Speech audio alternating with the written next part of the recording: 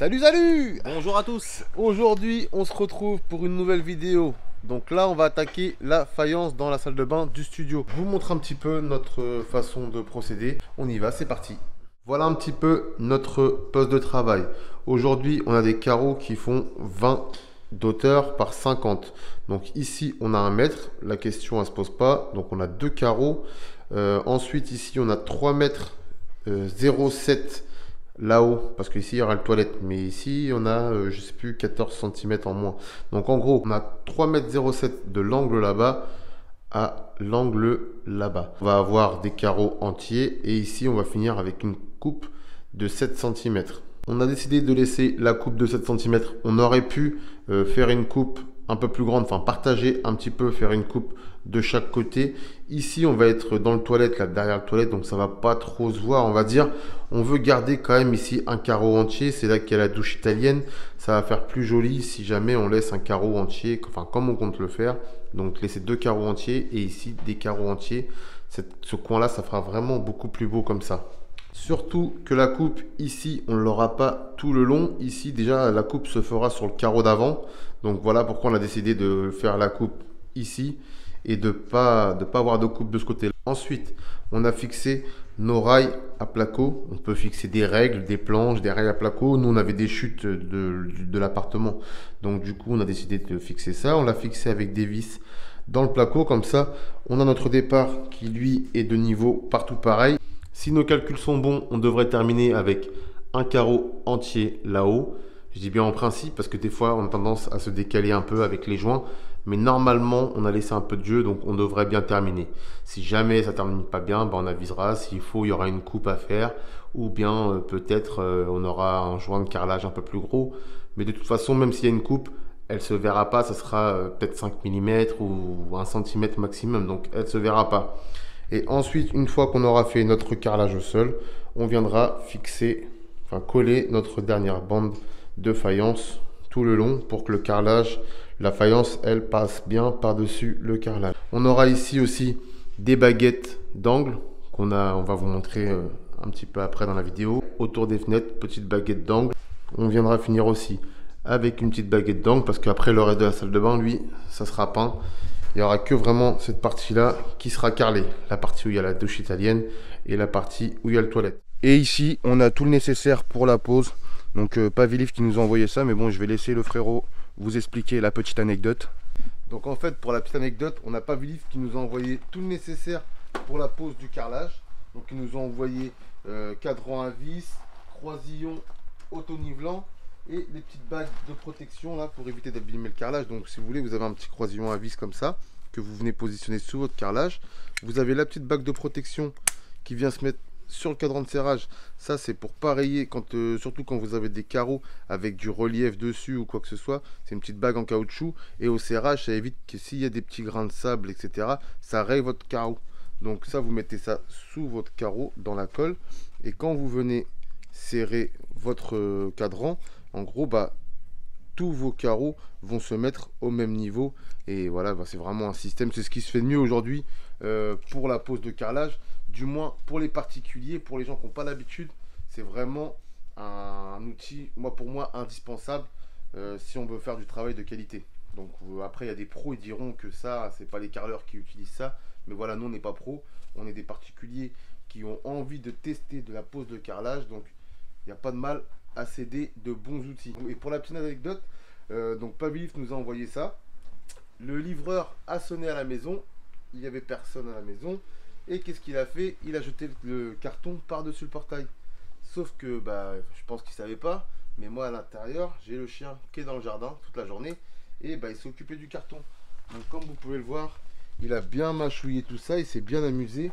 Là on a le seau qui est tout mordu. Mais bon, il n'y a pas eu trop de dégâts.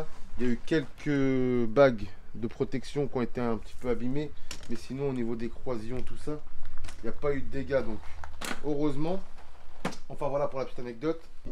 On va se mettre en place. Ouais, c'est parti. Let's go.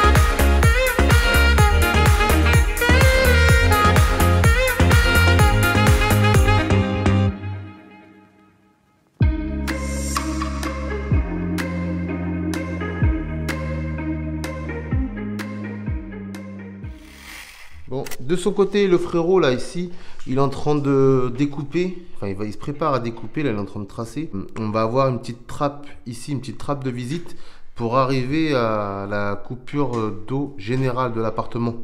On a une vanne derrière le placo, on l'avait tracé déjà à l'époque quand on avait fait le placo, on avait fait une petite croix pour montrer qu'ici c'était l'axe de la trappe. Donc du coup on a acheté une petite trappe comme ça. Chez Leroy Merlin, c'est une petite trappe d'accès quoi. Voilà, c'est poussoir, ça a une petite pression et ça s'ouvre. Donc là, il est en train de la tracer et puis on va la découper. Comme ça, on sait qu'on doit arrêter notre carrelage juste avant et on viendra ensuite la poser après le carrelage. Elle viendra, vous voyez, le carrelage viendra ici et ça, elle viendra contre, on applique sur le carrelage. Ça fera plus joli que d'acheter des trucs à carreler avec des découpes un petit peu bizarres. Donc là, le frérot il est en train de s'occuper de ça. Pendant que moi, de mon côté, je commence à poser la faïence. Franchement, c'est pas mal à poser, hein. Ça se pose bien. C'est la première fois que je fais de la faïence comme ça.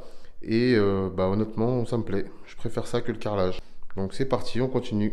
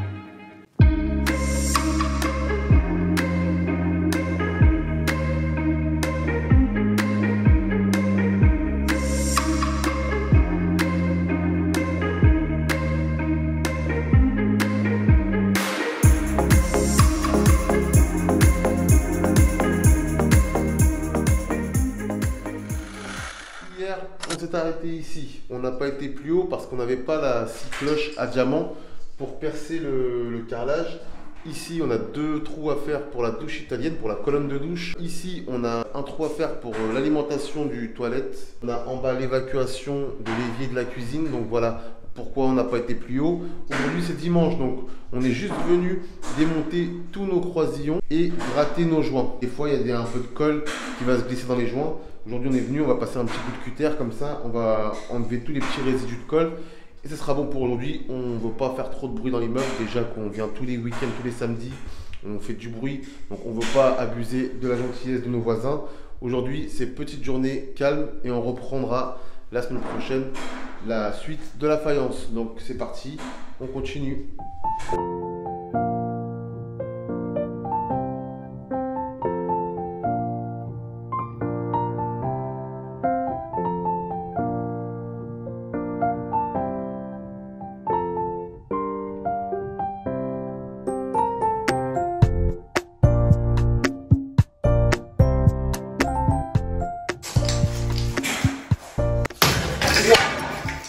Wow, quoi de délire là.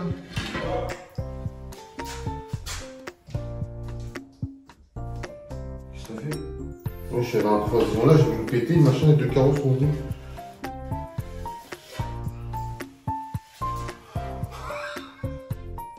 Ouais, c'est quoi le délire? Wow, la dinguerie.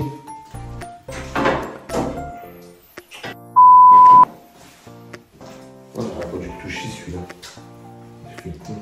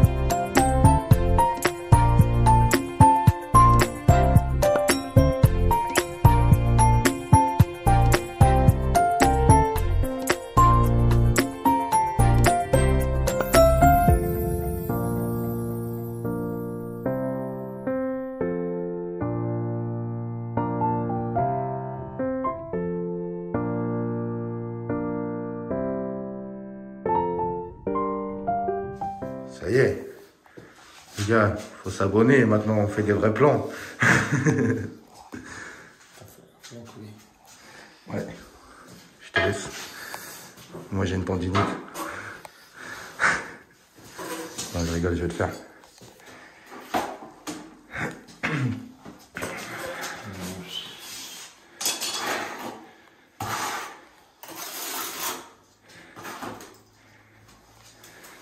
Regardez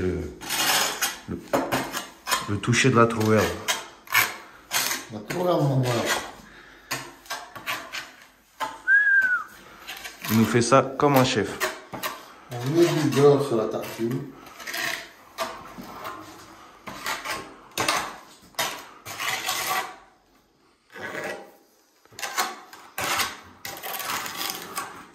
Bon, c'est pas mal tout ça. Hop. Hop. Et Est-ce que ma coupe elle est bonne au moins? Parce que là, parce que là, présenté comme un con. Mais oui, j'ai confiance. Ça va bien se passer. c'est toi qui as tracé.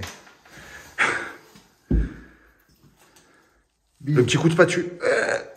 Le petit coup de spatule. Le petit coup de spatule de tonton Eric. C'est bon, il est fait?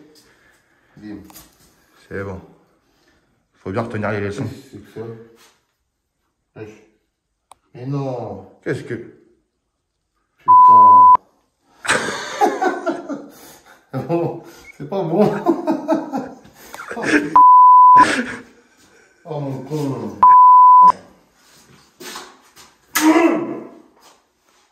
Bon, deuxième essai les gars. Apparemment le frangin il est sur de la coupe. Donc je lui fais confiance. On devrait pas. Et tu devrais pas. Tu vois, j'ai vérifié quand même. T'as bien raison. Oui, ça a l'air d'être ça.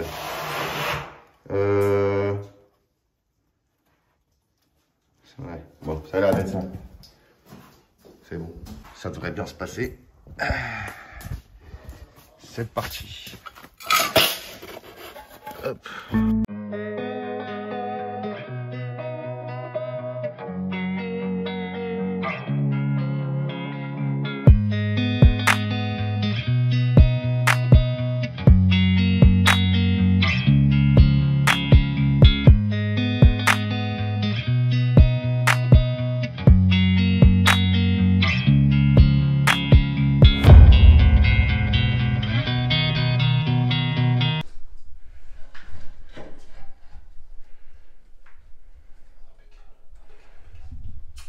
Tout est frotté.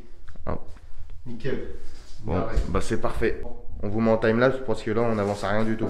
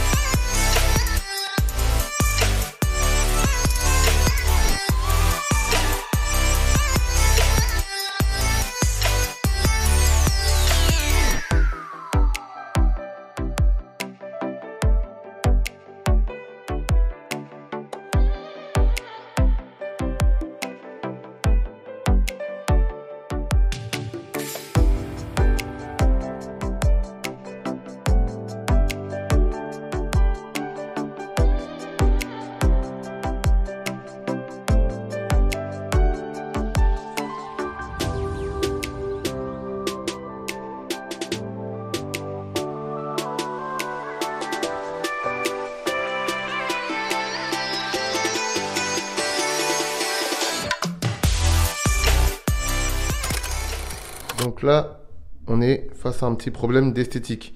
Avec le plombier, quand il était venu, on avait déterminé que la douche ferait 90 cm. Donc lui, il avait axé la platine pour la colonne de douche. On a un kit ici avec les tuyaux, les PE. Donc là, on l'avait déterminé que la douche ferait 90 cm. Aujourd'hui, nous, notre caniveau de douche faisait déjà 90 cm. Donc on a préféré agrandir un peu la douche, qu'il y ait un peu de mosaïque de chaque côté du caniveau. Et aujourd'hui, on a une douche qui fait 1 mètre. Ce qui fait que du coup, notre colonne de douche, elle est plus à l'axe, elle est désaxée. Elle est désaxée de 5 cm. Et avec le carrelage, quand on pose, on se rend compte que ça va pas faire joli. La colonne va être désaxée du carrelage. Alors là, ce qu'on a décidé avec le frérot, c'est qu'on avait décalé du coup le petit kit là. On va le redécaler sur la droite de 5 cm pour qu'on se retrouve bien au joint du carrelage avec la colonne de douche. Donc là, on a démonté tout ça. On va aller regarder un petit peu derrière comment que ça se passe, parce que je crois qu'on va tomber sur un montant, donc il va falloir qu'on fasse une petite variante.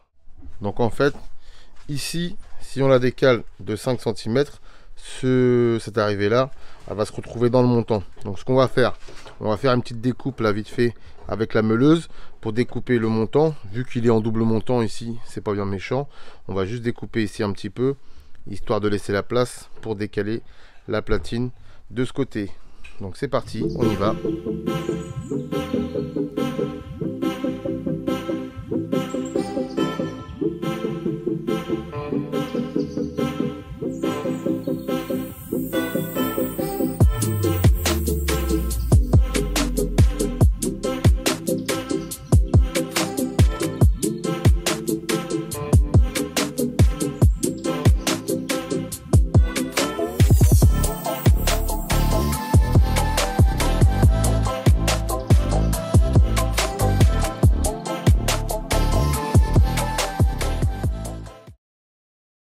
Donc voilà, du coup là c'est bon, on a dégagé le montant. Là on va pouvoir repercer nos nouveaux trous, refixer la platine et ensuite on viendra boucher tout ça au map et on sera content. Ça sera beaucoup plus joli esthétiquement que de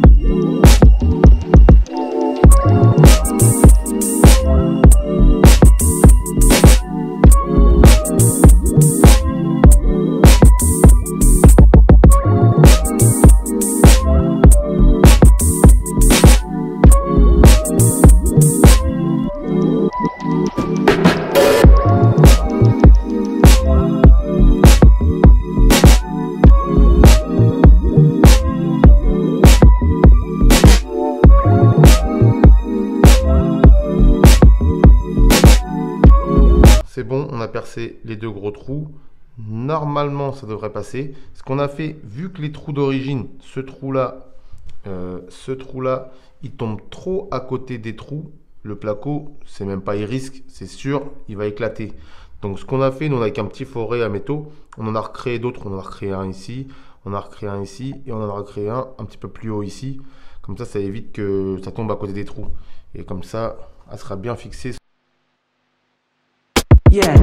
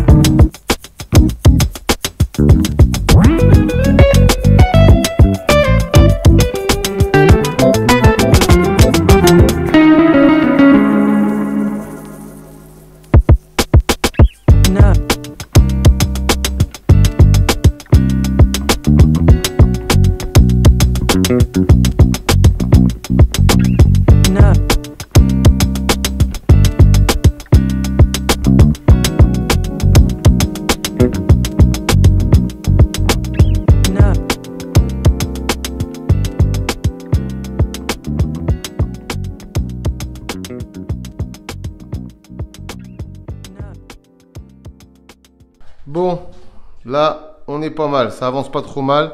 On a terminé ce mur-là. Là, on a commencé ici. Donc, on va venir ici, tout ça refermer. Petit problème.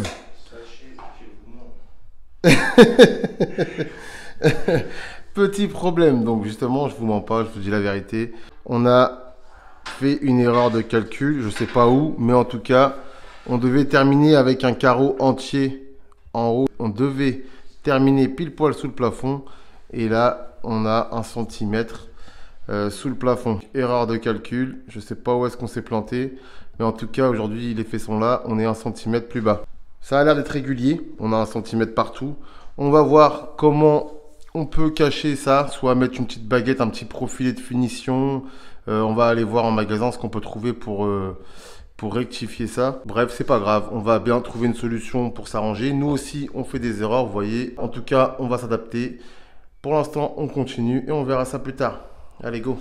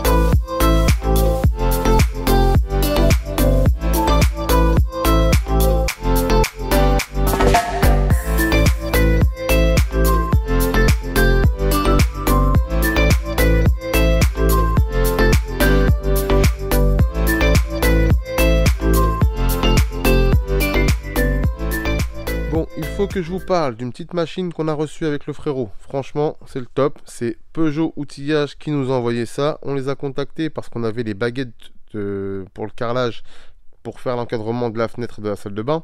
C'est des petites baguettes en aluminium et on voulait faire des coupes à 45 degrés. Avec la meuleuse, à chaque fois qu'on coupait, soit la coupe n'était pas bien droite, soit on tremblait pendant la découpe et du coup, enfin voilà, on n'arrivait pas à obtenir une belle finition. Donc du coup, on les a contactés pour savoir s'ils avaient un outil qui pourrait nous faciliter la vie. Et c'est le cas, ils nous ont envoyé la tronçonneuse à métaux, la 180 MC. Donc franchement, on a déjà commencé à l'utiliser et c'est un vrai régal. Ça nous facilite carrément la vie. On a ici un étau de serrage qui nous permet du coup de bloquer notre pièce. On la cale ici, on pousse, on serre et du coup notre baguette ne bouge plus. Donc ça peut faire des coupes de 0 à 45 degrés. On a une hauteur de coupe, on peut couper des métaux jusqu'à 60 mm d'épaisseur. Donc pour tout ce qui est rail à placo, tout ça, bah, ça va être le top. Ça va être un vrai confort de travail. Donc là-dessus, franchement, on est super satisfait. Un autre de ses avantages, c'est qu'elle est super compacte. Donc vous voyez, elle se replie très facilement, même à une main. Ensuite, vous pouvez la ranger dans un coffre de voiture sans problème. Même la plus petite des Peugeot pourra l'accueillir dans son coffre. Donc comme vous voyez, nous ici sur l'appartement, c'est un petit peu le bazar. On n'aime pas s'encombrer avec des grosses machines. Il existe la version supérieure, c'est la 355 MC si je dis pas de bêtises. Mais en tout cas, nous, celle-ci nous convenait mieux. Elle est beaucoup plus adaptée à notre utilisation, même pour tout ce qui est rail à placo, etc. Elle fera bien le travail. Comme vous voyez ici sur le côté, là, on a un petit support pour ranger les lunettes. Ça évite de les chercher à chaque fois dès qu'on a fini une coupe. Et du coup, on les a directement à disposition. Elles sont fournies en plus dans la boîte avec une petite paire de bouchons d'oreilles pour protéger ces petites oreilles. Donc franchement, c'est le top. On en est super content. Pour l'instant, tout ce qu'on a fait avec, bah, ça s'est très bien passé. Ça fait des belles coupes. Donc on va continuer à l'utiliser. Et d'ailleurs, on va retourner sur notre petite baguette de finition. Let's go!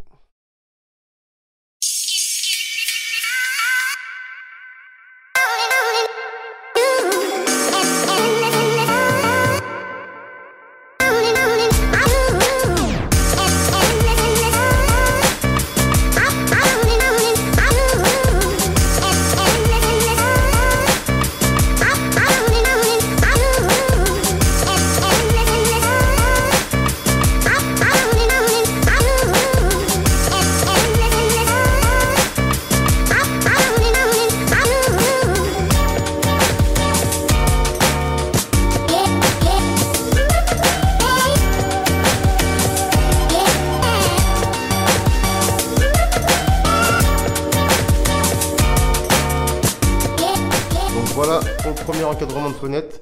Donc franchement, les coupes sont vraiment pas mal du tout. On aurait été incapable, je pense, de faire ça proprement avec la meuleuse. Donc la machine nous a vraiment bien aidé. Donc là, on a mis des petits étais troisième main parce que vu que le carrelage, il y a un relief dessus, le carrelage, enfin la baguette, elle avait du mal à bien plaquer contre. Donc là, on a mis des petits étais troisième main pour bien la pousser contre. Et quand on le retirera après, normalement, ça ne devrait pas bouger. On l'a collé avec de la colle Sikaflex. Donc voilà, je pense qu'il n'y aura pas de souci. Là, je suis un peu à contre-jour, donc c'est compliqué de vous montrer. Vous voyez, la coupe, là, franchement, elle est pas mal du tout. Il y a juste ici, là, on a mis un petit coup de lime après la découpe pour émailler un petit peu la baguette. Et en fait, on l'a un tout petit peu trop ouvert. Mais franchement, c'est vraiment pas mal. On va pas trop s'attarder non plus là-dessus. On est en train de passer pas mal de temps là-dessus. Donc, je pense que franchement, ça fera pas mal. À la fin, on verra si vraiment il y a des petits défauts, on les comblera avec un petit silicone argenté ou un truc comme ça. Mais déjà, moi, franchement, je laisserai comme ça. Je laisserai comme ça. C'est très bien comme ça. Quand tu mets le nez dedans, donc voilà.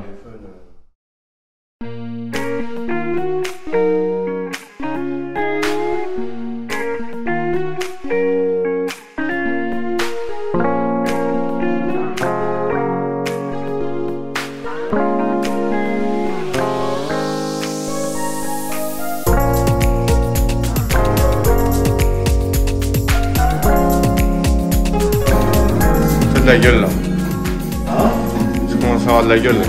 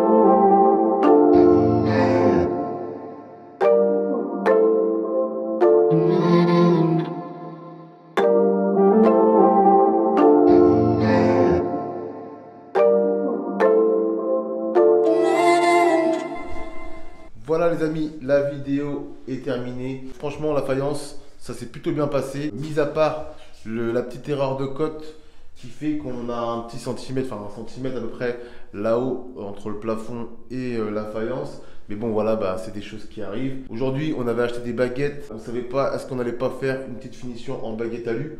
Pour l'instant, on va pas la faire. Soit on va essayer de mettre une peinture blanche, faire un beau petit truc blanc. Soit on va essayer de mettre une peinture beige. On va voir, on va faire des tests. Si vraiment ça ne nous plaît pas, peut-être qu'on viendra mettre après la baguette. Mais pour l'instant, ça va rester comme ça. On fera les joints quand on aura fini le carrelage et qu'on aura du coup posé la dernière bande au sol. Donc ça, ça sera dès qu'on aura fini vraiment le carrelage au sol et qu'on aura fait toute la faïence.